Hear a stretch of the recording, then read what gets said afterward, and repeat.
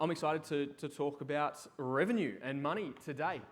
Strategies for financial growth. Before we get there, these are my little kids and they're legends. And there's a reason I'm showing you this, but that's Ezra. My boy Ezra loves Pokemon. Zali's hair is a nightmare. She goes to, we call it Kinabit's prep, and it's an ordeal to get her out the door every morning. And my little boy Jojo, is 5 months old today. We still celebrate like months, yeah, until they get 12 months, and then and he's the third child, so I'm impressed that I even remember his birthday.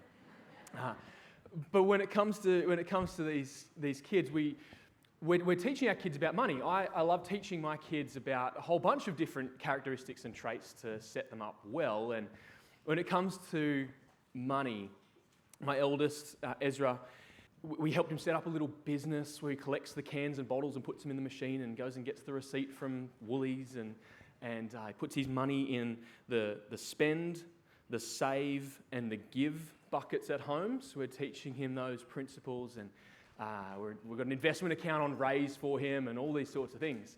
And so we teach him a lot. We teach him a lot of proverbs about money. And we had some friends over one night, and this was when he was maybe 3 or 4, yeah, so learning to talk and still learning. And we teach him that money's a great thing, that we can do some wonderful things with money. And so my friends get around him, and they say, Ez, what does Dad teach you about money? What does Dad teach you about money? And he looks up, this innocent little 3-year-old, and he goes, well, the O'Briens, we love money. I thought, son, we're going to have a talk. We love what we can do with money. It's the love of money that's the root of all sorts of evil. And so we don't love it, we love what we can do with it. But money's such a funny thing, right? It evokes, even as I could see a few of us around the room, even as we chuck up a few $100 notes, a few greenbacks on the screen, it evokes a certain response in all of us. We all have different thoughts when it comes to money. I don't know about the rest of you. I've lost a bunch of money in the last couple of years on different things. Anyone else lost money through COVID, right? It's not a whole lot of fun. It's probably most of us. Sometimes when we think about money, we think about people who are maybe greedy, or maybe we think about don't have enough. There's not enough in my world, or it evokes all sorts of different things in us. And so before we start to talk about revenue and money in our clinic, I want to make sure we are all coming from a good place when it comes to money. Our money mindset really matters.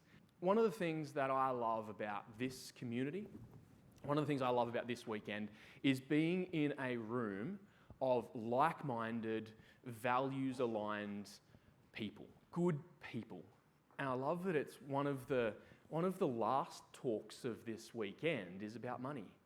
Because for most of us, I would probably suggest all of us, we didn't get into this game so that we can be rich and famous. Yeah, we did it, as Shane said, for our own version of because we love helping people. And that's what Clinic Mastery is about. That's what us as Clinics for Good are about, is amplifying our impact and making a difference for our communities. It's not money first. And I love that. But money's important. Right? Money is a reflection of the value and the impact that we make for those around us. And so it's a measure of how can we quantify the value that we've provided to someone. How can we quantify the impact that we've made in our clients' lives? And we can do that by the certificates of appreciation that our patients give us, the dollar notes. They're people valuing the impact that we've made in their lives. And so for us, it's important that we get our minds around having a healthy money mindset. If money is a reflection of impact and making an impact is a good thing, therefore making money can be a good thing. Leading a profitable, sustainable clinic that is looking to grow in revenue is a good thing when it comes from a good place. Yeah? When it comes from a place of pure intent, not selfish motivation, but so that we can help others, so that we can empower our team, so that we can support our families, so that we can give to the charities and the organisations that we all love to support locally and globally. Impact is a good thing, and therefore revenue mastery is an important thing for us to get our minds around.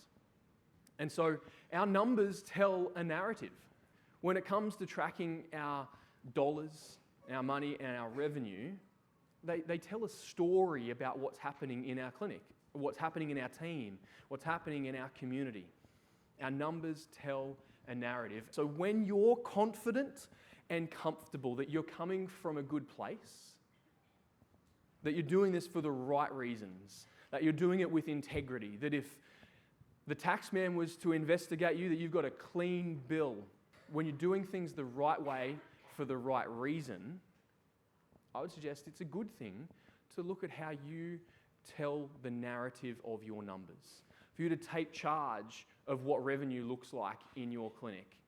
To lean into the numbers and not just put a head in the stand and shirk back, but lean into what's happening in the finances of your clinic. Because our numbers tell a story, and we would all, I would suggest, we would all like that story to be about impact and legacy and a positive difference in the people and communities that we serve. And so today, here's what we're going to unpack. We're going to unpack the key metrics that you need to be tracking, or at least some of them. There's a lot of metrics to track, right? And I love that. But we're going to talk about some key ones today, perhaps some not so common ones. We're going to look at some of the strategies, the levers that we can pull to affect those metrics, and your role as a clinic owner. Like, where do you fit in this mix? And what do you need to be doing? What's your part to play? I don't know about you, but for me, there is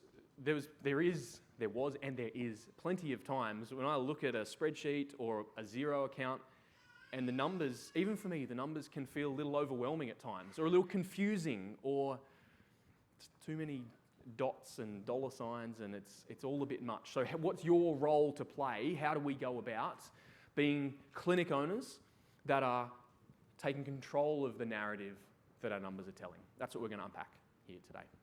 So, 3 key metrics that matter. Now, there's plenty of metrics, and of course, profit and cash is usually number one, and that probably goes without saying, but we're going to unpack some other important metrics for us to consider. Gross profit, average dollars per consult or per hour, depending on how you look at your CEIs, and CAC to LTV. I'll explain that ratio in a minute. So we're going to try and keep it as jargon-free as possible, but also maybe upskill our jargon so you can at least hold a conversation with your accountant. Dollars per consult or dollars per hour. This is on our business dashboards, right? But it's typically not one of the first CEIs that we look at. I'd be curious. Do we know? Do you know? Show of hands. Do you know the average dollars per consult for your clinic for this quarter, current quarter? There you go. It's pretty good. I'd say that's about 50% of the room. Thank you for putting your hands up. It is a key metric. If you are not across and aware of the dollars per consult or dollars per consulting hour in your clinic, it's important that you are.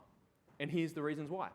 It can tell us so many stories. It can tell us the types of patients that we're seeing. If you've got a large number of clients coming through your clinics or multi-sites or whatever the case may be, it can give us an insight into perhaps the funding source of some of our patients. Maybe we're attracting a lot of NDIS type patients or EPC patients on the other end, or third-party workers' comp or DVA or whatever the case may be. So it can tell us a bit of a story about the patient types that are coming through our practice. It can give us an insight into how well we're selling products or how well we're including other additions into our consults. And it's really interesting to compare that across different practitioners. Think about some of those professions in the room that do have a lot of additions as well as their consulting. Podiatrists with orthotics, and maybe OTs with therapy supports at home, physios with exercise equipment and EPs and chiros. There are so many other things that we do other than just our appointment revenue. Our average dollars per consult can give us an insight into how well as a team or how well individuals are actioning that. And so it's a really interesting exercise to have a look at your dashboard and find your clinic average dollars per consult, and maybe it's $120, and then having a look across your team members and comparing how they compare to the average the average might be $120 per consult, but there's a podiatrist that's consistently billing at $150 or $160 per consult, and another one that's billing at $85 per consult, $90 per consult. What's that story telling us? Is it telling us that that particular practitioner isn't confident in how they assess someone for an orthotic fitting? Or is it telling us that that physio or EP or OT isn't considering the other 167 hours of the week that our patients aren't with us in our clinics? And is there exercise equipment, or are there therapies, or are there apps that our patients could be availing themselves of if our practitioners were aware? That average dollars per consult tells us so much about those products. It shows us the impact of discounts, and it's a big one. If we're consistently discounting, that will show up in our average dollars per consult, and we need to be able to identify that across our clinic and then through the individuals on our team. And it'll also show us the impact that fee adjustments can have. And especially in these inflationary times, as the economists tell us, fee adjustments and us considering how we adjust our fees as clinics is really, really important. To be able to see the progression of how we're adjusting our fees on a schedule and consistently, and how that impacts each and every consult. Really important metric to look at. Gross profit. So again, we typically look at net profit or operating profit, whatever you like to call it. Gross profit is something that we often, and I'm as guilty as this as anyone, of skipping by when it comes to our P&L. When you're looking at zero, your eyes kind of go to the top line and the bottom line, right? Am I right? Does anyone else do that? Top line, bottom line, we forget the middle line. Gross profit is such a key metric. So what gross profit is? It's your revenue minus direct costs. And so in your Xero or Mile or QuickBooks, whatever you're using, spreadsheets, it's going to be, you might call it cost of sales or cost of goods sold, but it's revenue minus direct costs gives us our gross profit. And the reason that's important is this. Your cost of sales is usually your therapist wages, your therapist salaries, wages, income. It's those direct costs in order to generate the revenue. All of our other expenses are usually fixed, or fairly fixed. We call them overheads, other expenses, operating expenses. They're usually fixed. Our biggest variable is often our clinicians' salaries and wages. And that impacts your gross profit. And so it's imperative that we as business owners are across our gross profit margins. So if we're not making a healthy gross profit, it means there's not going to be much left over for all the other expenses of our clinic. And there's not going to be much left over for profit at the end of the day. And that's important. It's important because it's the impact that you have as a business. It's important because it's our ability to reinvest back into our team and back into the equipment that we use and the technology and the growth for our businesses. It's important for the impact that it has on you. And so being across your gross profit, really, really important. It's also a reflection of scalability. If your gross profit margin is unsustainable, and that's variable depending on your profession, but if your gross profit isn't sustainable, it's going to be really hard for you to scale and grow. And so being across that GP number and percentage is really, really important. And I would imagine, you're probably thinking, well, what should it be? Give me a percentage. What are you talking about? And I would challenge you to say, first, get to know what your GP is as a percentage of your revenue. And then look to find the small but significant opportunities for you to improve your GP internally. Don't worry about comparing to someone else or comparing to benchmarks. Compare to yourself. And if it's currently at 63%, is there something that you can do to improve that and get it to 64 or 65%? If your GP is the other way and it's currently only 42%, that's okay. Let's look at how we can improve that GP from 42 to 43 or 44%. Don't worry about the 64 people. You need to get from 42 to 44%. Compare internally and look to grow internally. And CAC to LTV. So they're acronyms. So CAC means customer acquisition cost. And LTV is lifetime value. And it's a ratio. So we need to understand what is the ratio of our acquisition cost of a client compared to the lifetime value of that client. And what is that ratio, or what is that percentage? Because again, this is a reflection of scalability. In simple terms, if the lifetime value of a client or a patient is $1,000, round figures, and it costs you $700 just to acquire that client into your clinic, and then you've got to pay your therapists and rent and all the other overheads, support services and occupancy, etc., there's going to be none left over. 1,000 lifetime, 700 customer acquisition costs, it's unsustainable. So it's really important for you to know what is the investment in us getting a client in, and what is that client worth to us in dollar terms. Of course, people are priceless, right? But what is that client worth to us in dollar terms, and how does that compare and play out? This is one I can give you a benchmark on to aim for. Ideally, we want that ratio under 10%. And ideally, we want it under 5%. And of course, as you can tell, the closer to zero, the better. It's probably rarely going to be zero. We've usually always got some sort of acquisition costs, and they're usually our marketing type activities. It could be your Facebook ads, your Google ads, it could be your referrer nurturing, or some of those indirect team costs associated with marketing. All of those marketing type expenses are our customer acquisition costs, and then we want to compare that to the lifetime value. And you'll also see there that different acquisition channels are really important for you as a clinic owner to be across. For instance, let's compare, let's say, Facebook ads and Google ads. As an example, a Google ad client, because you can usually tell through the metrics or have a pretty good approximation through the metrics. Maybe a Google ads client acquisition costs you $50 to acquire that patient, to get them through the doors. And that particular type of patient who comes from Google ads perhaps has a lifetime value too of $500. So we've got $50 acquisition cost, $500 lifetime value, to 10%. Compare the pair, as I think Peter Flynn spoke to us yesterday about, and we're talking about Facebook ads.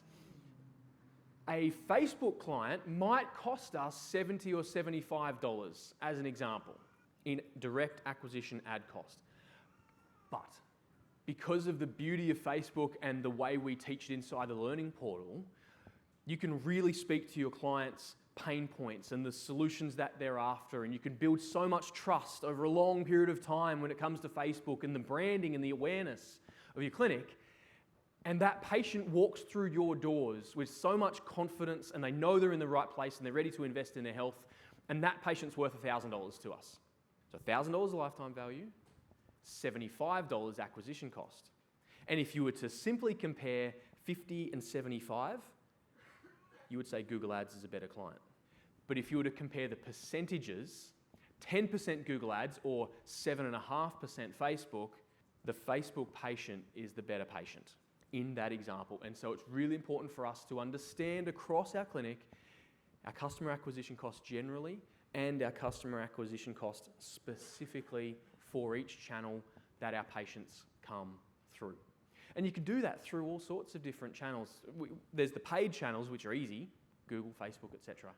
But can you understand, to Tony's point earlier, which of our referrers take a lot of hard work to nurture and sustain that relationship, and which of the ones are basically free?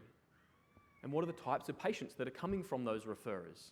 And therefore, how can we as clinics best invest our energies? So, it requires you to think strategically. When it comes to increasing our revenue, we've got to be strategic. Because just sitting back and hoping that our revenue grows, just putting on more team members and hoping that patients come, hope isn't a strategy. Now, hope's important, generally speaking, to keep us sane, to keep us showing up every day. Hope's critical, but hope ain't going to grow our revenue. Strategic thinking, being across our numbers, making deliberate decisions is what will grow our revenue. So, what are some of the ways that we can think strategically about increasing our revenue? Fee adjustments are the first one to consider. Show of hands, who has a schedule of fee adjustments through to the end of 2024? Right, if your action list is a bit lean, there's your next action, is a schedule of fee adjustments for the next 1 to 2 to 3 years. Because I don't know about any of us, but when we're considering doing a fee adjustment in the moment, or somewhat spontaneous, I don't know if you've ever tried it, but it's emotional, right? Oh, but this patient, and it's hard, and our patients are finding it difficult. I don't know, do we need to announce it and put a sign on the front desk, or what are we going to do? It's an emotional decision, but to have a schedule gives you confidence and certainty then, as a clinic, to know that if nothing else, we're not going backwards according to inflation, right? Now, I realise that there's many of us in the room that there's gazetted fees in and around what we do. I'd suggest look for opportunities. Maybe it's in the products that you provide or the private services that you look to provide alongside those gazetted services. Find an opportunity to adjust your fees. They make a real difference to your revenue. It's one of the easiest levers. But sometimes we're all clinicians, or most of us, right? And we often struggle with the idea of valuing the service that we provide. But as most of us would know, the last time you did a fee adjustment and you were really concerned about how many patients might struggle with that, and the reality is no one bats an eyelid, or very few bat an eyelid. So it's a really critical strategy. Products and services. This is such an untapped opportunity for us. We often spend, between 30 and 120 minutes with our clients a week. 1 to 2 hours at max per week. And there's 166 other hours in the week where we are not face-to-face with our patients for therapy. And so is there an opportunity for you to look at products to support your clients in their journey? Is there something that you can add to your clinic? Is there something that your patients, your clients are already using at home or in some way or at school? Is there a way that we can add that product to our mix? Or is there a service? Are our patients already going to see another service provider? Maybe it's an allied health service, or maybe it's something else. Is there a way that we can incorporate that into our clinic, streamline some of our costs, and boost our revenue? And ideal people. And what we mean by ideal people is this. Can we look to attract more of our ideal clients who are happy and excited to invest in their health and be part of your clinic? Can we attract more ideal patients to our clinic? And can we attract more ideal team members to our clinic? Can we attract ideal team members who are open-minded and abundant-minded and willing to work on some of those perhaps legacy mindsets that we've inherited from our parents or from universities or our communities, to open their mind to being able to create opportunities to add value and impact for their patients? So many times our team members have blockages when it comes to money, have these mindsets that are fixed. And so perhaps there's an opportunity for us then as clinic owners to attract ideal team members to help us generate more revenue. Maybe you just need to attract more team members, period. As we add more services, as we add more capacity, so we're able to help more across our community. And so looking at growing our team of ideal people so that we can continue to charge appropriately and create opportunities for our community to receive the impact that we love to provide. And so then your role as a clinic owner is, number one, to think strategically. Times like the weekends like this are so important for you to get your head up and into the clouds and think about the different opportunities, and maybe at lunch, or maybe in the networking this afternoon, or maybe next week in your mastermind pod or in your coaching sessions, thinking about what are the opportunities. Because sometimes we get stuck, right? We can't see the forest for the trees. So thinking differently, finding ways that other people are doing it. Where's the untapped, low-hanging fruit? Your role must be to think and create vision for your clinic. I would suggest it's incumbent on you to lean into developing your team and helping them overcome some of those money mindset limitations. How many of us are challenged by having perhaps the wage or salary conversation with our team, or challenged with the idea of even introducing a fee adjustment to our team, let alone to our community. Our team often are one of our biggest challenges. So let's lean into that. Maybe your next culture day, you can practice the $100 activity. If you haven't seen that, check it out in the learning portal. Go to your bank, ask for 100 $1 coins. They'll be really frustrated by it. Bring those coins back to your clinic and let your team divvy them up and work out where money goes. And talking about money, approaching money with our team means that we can help them see the value that they're providing. Because our team often undervalue themselves. Helps our team see the opportunities and the value that we're providing. And monitor the metrics. Lean into your numbers. Become friends with Xero. Lean into your Xero account. Let it be one of the standard tabs that you have open in your Chrome browser. Become familiar with it. Pore over it. And at first, I get it. At first, it probably feels like staring at a sea of black ink on a white screen. And that's okay. That's the right place to start. But as you let those numbers tell you the story, tell you the narrative, I would suggest, if you don't already, share your Xero account with your coach, with your mentor, and look at those. Don't be scared of your numbers. There is zero shame or embarrassment about your numbers. It's such an opportunity to lean into that with your coach, because we know that what we pay attention to will improve. And as we're familiar with it, as we've got our hands on it in real time, hopefully our bookkeepers are reconciling currently, and we've got figures that are within 7 to 14 days, we can see the real-time impacts of what's happening in our practice, and then we can pull some of those levers. All right, we need to work on that utilization so that we can improve our gross profit.